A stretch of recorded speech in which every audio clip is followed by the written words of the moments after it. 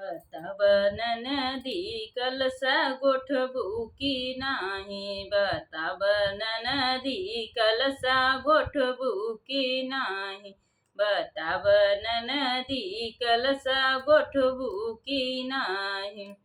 हाथी घोड़ा ननदी ससुरु के संगवा, हाथी घोड़ा ननदी ससुरु के संगवा, बताव ननदी कुकुर लेबू की नाही, बताव ननदी कुकुर लेबू की नाही, बताव ननदी कुकुर लेबू की नाही, बताव ननदी कलसा गोठबू की नाही, बताव ननदी कलसा गोठबू की नाही, बताव ननदी कलसा गोठबू की नाही।